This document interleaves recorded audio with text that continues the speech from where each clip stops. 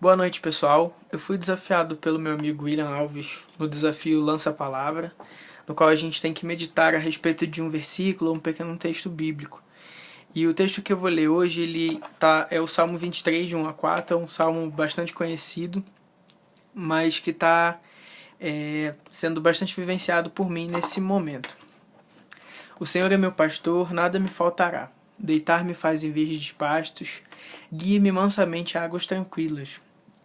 Refrigera a minha alma, guie-me pelas veredas da justiça por amor do seu nome.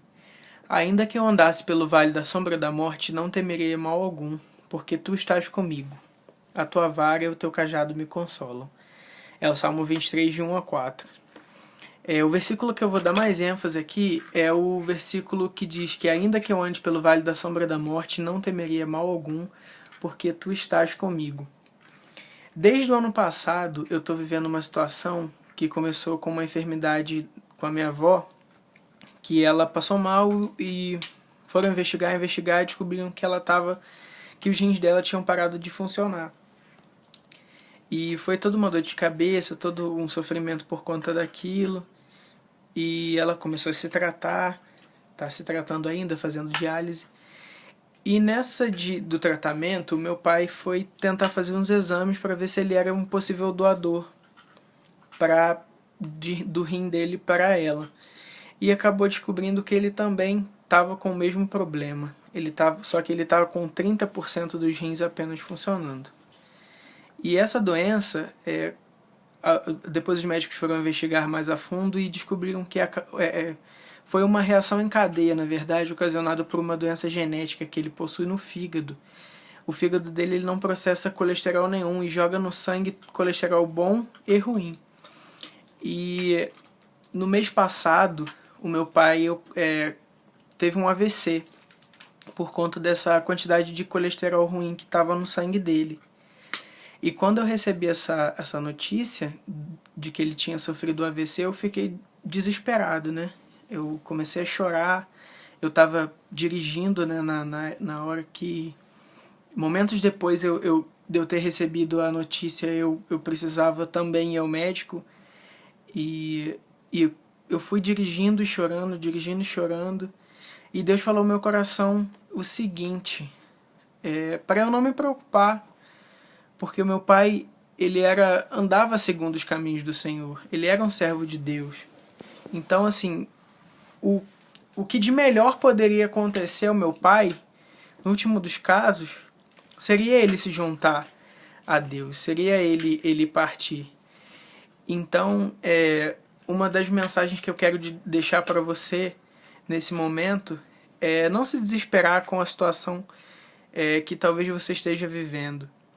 Porque, como disse Jó para a mulher dele, quando ela falou para ele amaldiçoar a Deus, ele falou para ela que o bem que ele recebia de Deus, ele aceitava, da mesma forma que ele aceitava o mal.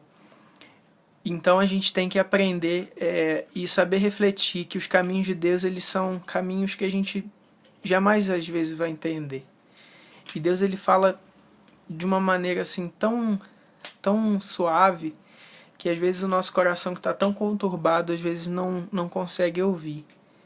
E uma das coisas que que aconteceu na época que Jesus estava na Terra foi a cura de um cego de nascença, onde os discípulos perguntaram para ele quem tinha pecado para que aquele homem nascesse cego, se foi o pai dele ou se foi ele. E Jesus falou que aquela enfermidade ela tinha sido para que a glória de Deus fosse manifestada, e ele posteriormente curou o cego. Então a gente tem que ter essa plena certeza de que tudo que acontece na nossa vida tem um propósito. E não adianta a gente se desesperar. Porque se você acredita em Deus, se você acredita num Deus que faz milagres, e num Deus que também faz a vontade dele, você tem que acreditar e confiar de que o que ele tem para você é melhor. Não importa o que você está vivendo hoje, não importa o que você pensa a respeito disso. O que vai acontecer já está escrito, já está nas mãos de Deus. E se desesperar só vai piorar a situação, só vai perder tempo.